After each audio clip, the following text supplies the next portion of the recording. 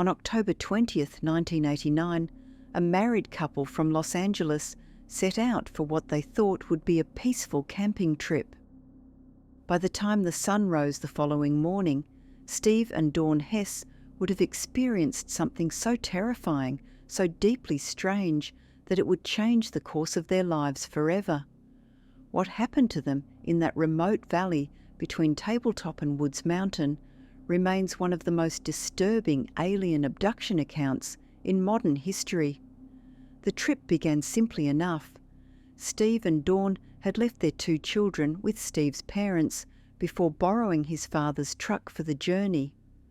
Their destination was the Mid-Hills camping ground, located just inside the Nevada state limits, within the vast expanse of the Mojave Desert. But the weather had other plans.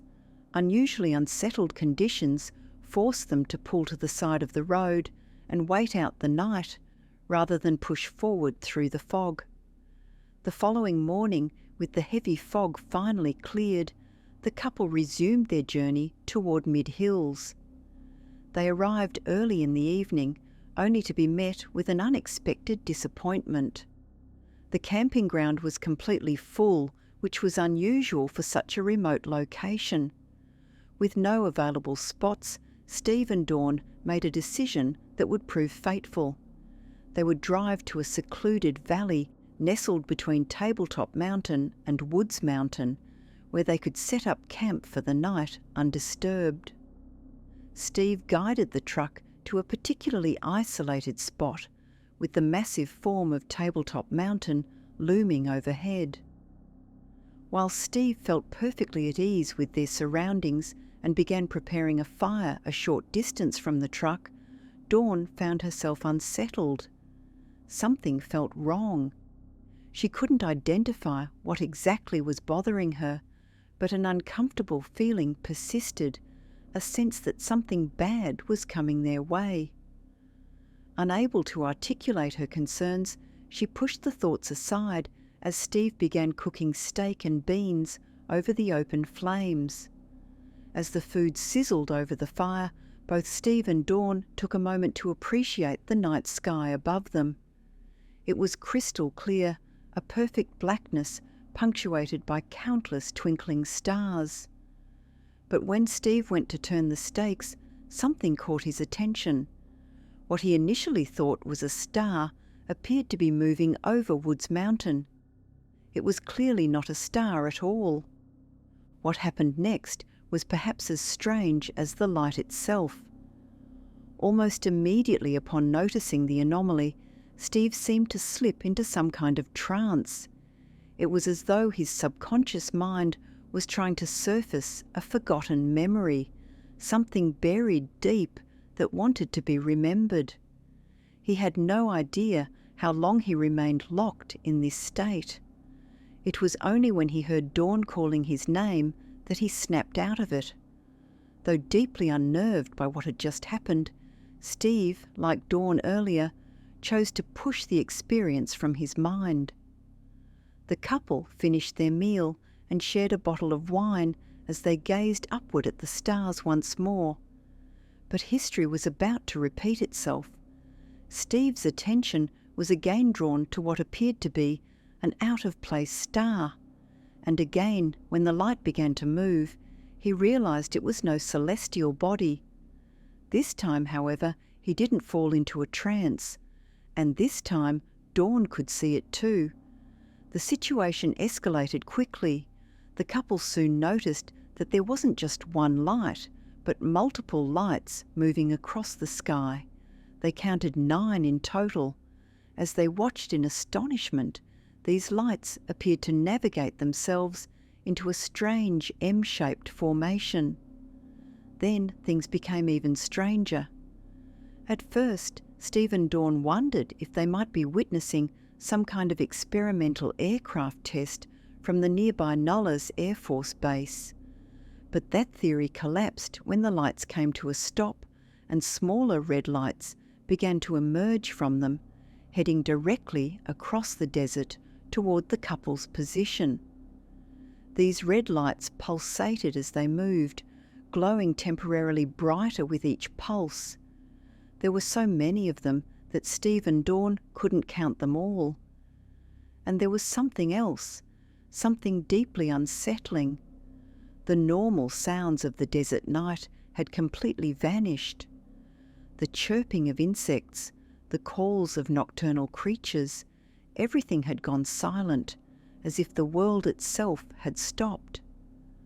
Before the couple could process what was happening, the lights were all around them, dancing and weaving through the air above and beside them, their pulsating glow intensifying.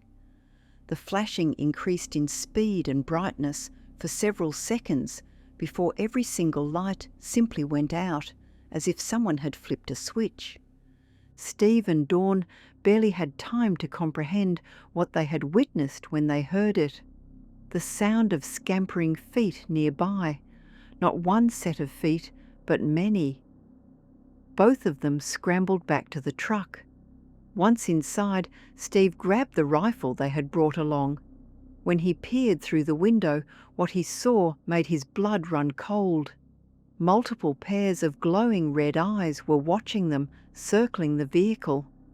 At one point, the truck jolted, as if one of the creatures had leapt onto the roof. Steve raised his rifle, preparing to fire in the direction the creature seemed to have gone. But Dawn stopped him. She told him not to shoot, that it wouldn't be a good idea. Even as the words left her mouth, she found herself questioning whether these were her own thoughts or whether she was somehow being manipulated by an outside influence. The couple remained frozen inside the truck. Then two of the creatures approached. Steve and Dawn watched in horror as these beings came closer. They were unlike anything either of them had ever seen or imagined. The only way they could describe them was as small red-eyed gremlins. These creatures seemed to sense the couple's terror, and their behaviour suggested they were deliberately amplifying it. They jumped onto the truck, banged on it repeatedly, rushing past in what seemed like calculated efforts to heighten the fear inside the cabin. Throughout this assault, Steve and Dawn could hear the creatures communicating with each other in a language completely foreign to them. But the gremlin-like beings weren't the only entities present that night. Emerging from the darkness came 9 tall figures. They had extremely thin frames and large black eyes that seemed to absorb the dim light around them. These entities moved with purpose, approaching the truck until they had completely surrounded it, their unblinking gaze fixed on the terrified couple inside. As the tall beings stared at them, Steve and Dawn each experienced a sudden flood of thoughts, images, and emotions rushing through their minds. Both were convinced that these mental intrusions were being placed there telepathically by the creatures. Behind the tall entities, something else appeared in the sky. A disc-shaped object descended out of the darkness, coming to a hover a short distance above the ground, positioned in front of the truck. As it hung in the air, vegetation on the ground below was drawn upward toward it, seemingly disappearing into the underside of the craft. Then came the fog. A thick mist-like substance materialized around the truck. Within moments, it had penetrated the vehicle itself, and then everything went black. When Steve and Dawn regained consciousness, the fog had cleared. The night sky was gone, replaced by the red glow of morning. The creatures, both the small gremlin-like beings and the tall figures with the black eyes, were nowhere to be seen. When the couple finally mustered the courage to step outside and examine their surroundings, they found no evidence of what had transpired, no footprints, no markings, nothing, except for one thing. On Dawn's neck they discovered 2 small red dots, as if something had pierced the skin. The couple took several minutes to gather their thoughts. Neither could remember anything after the bright lights of the disc-shaped craft and the strange mist had filled their truck. Neither could offer any rational explanation for what they had seen before losing consciousness. But both agreed on two things: what they had experienced was real and they would keep it to themselves. Steve and Dawn packed up their belongings and headed back toward Los Angeles, suddenly desperate to put as much distance as possible between themselves and that valley. But as they travelled along the lonely highway, they noticed something following them. A disc-shaped object, nearly identical to the one from the night before, seemed to track their vehicle for several miles before finally disappearing from view. The couple returned home and tried to resume their normal lives. They quickly discovered this would be impossible. In the days and weeks that followed, both Steve and Dawn began experiencing sudden, intense headaches. Waves of nausea would strike without warning. Their sleep was plagued by vivid nightmares. But the physical symptoms were only part of it. Both began noticing lights in the sky that seemed to follow them. They heard strange sounds inside their house that had no apparent source, and they couldn't shake the feeling that they were being watched constantly, that someone or something was monitoring their every move. The situation took a darker turn when their children began reporting their own experiences. The kids told their parents that strange creatures with bright red eyes were appearing in their bedrooms at night. One particular evening, Steve and Dawn were torn from sleep by the screams of their son. When they rushed to his room, they found him levitating above his bed, spinning like a top, as if being rotated by invisible hands. The terror didn't stop there. Dawn began experiencing incidents where she was grabbed and pushed by what felt like an invisible entity. The family was being haunted by something they couldn't see and couldn't escape. Finally, Steve and Dawn decided they had no choice but to seek help. They needed to unlock the memories they had lost when the fog rolled in. The couple contacted Dr. William Annixter, who agreed to conduct hypnotic regression sessions with them in an attempt to access their suppressed memories. What emerged from those sessions was nothing short of horrifying. Under hypnosis, Steve and Dawn recalled that after they had lost consciousness in the truck, the tall creatures had removed them from the vehicle and taken them aboard the disc-shaped craft. Once inside, both were subjected to numerous tests, experiments, and medical procedures. Many of these procedures were painful. The strange marks on Dawn's neck, they learned, were the result of one of these invasive examinations. In essence, Steve and Dawn Hess had undergone what researchers would classify as a typical alien abduction. But one moment from the regression sessions stood out as particularly unsettling. During one session, Dawn began speaking in a voice that was not her own. It was as though some other intelligence was speaking through her. In this altered state, she uttered a phrase that defied easy interpretation. "I know where the universe ends." She then elaborated, "The universe ends when its matter stops mattering to us and starts mattering to them." What this cryptic statement meant and whose perspective it represented remains unknown. The Hess family's story eventually came to the attention of writer Ron Felber, who would spend considerable time with the couple. His findings were eventually published in a book titled The Mojave Incident. Felber first learned of the case through an employee at a company he ran, a man named Paul Moran. Paul was a close friend of Steve's and had approached Felber in confidence about the strange encounter. Paul believed that Felber would be interested in the story and that talking about it might provide Steve with some form of therapeutic relief. Felber admitted that when he was first told about the encounter, he had little interest in alien abduction. His primary focus at the time was true crime. But once he met Steve and Dawn in person, everything changed. He found them to be highly credible witnesses. Upon hearing their account firsthand, he was immediately captivated. Felber would later describe the experience as feeling like a curtain had been lifted. The story felt so authentic to him that he believed it simply had to be shared with the world. Felber was present during some of the hypnotic regression sessions and found himself fascinated as he watched the couple relive their otherworldly experience.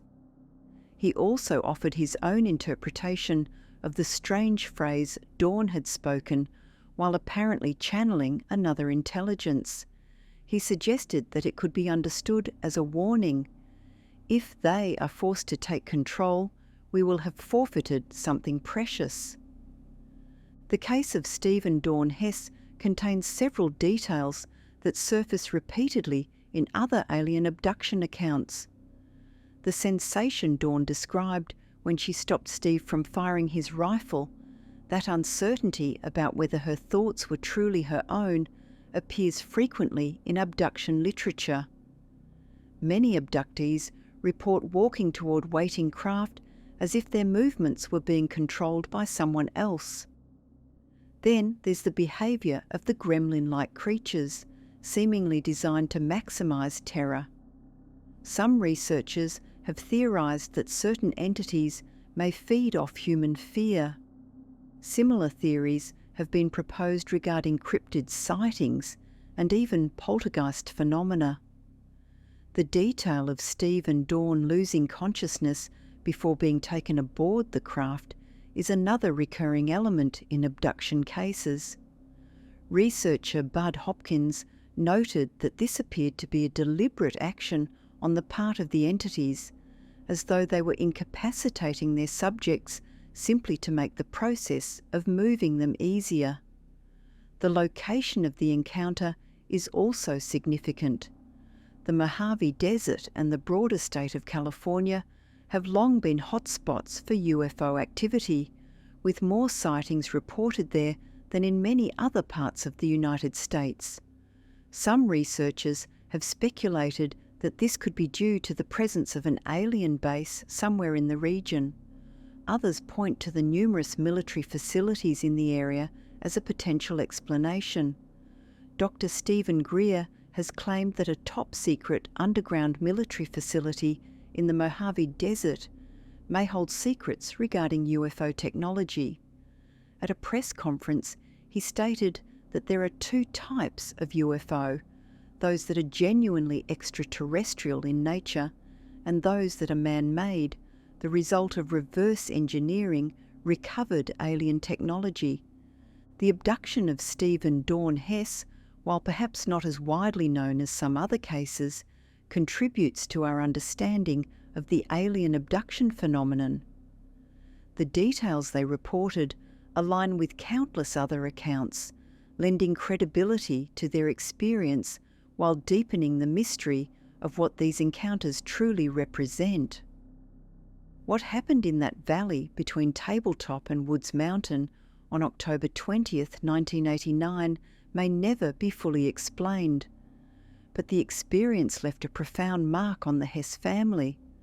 Whether the beings they encountered came from another planet, another dimension, or somewhere else entirely, one thing remains clear: Steve and Dawn Hess believe with absolute certainty that what happened to them, and later to their children, was real.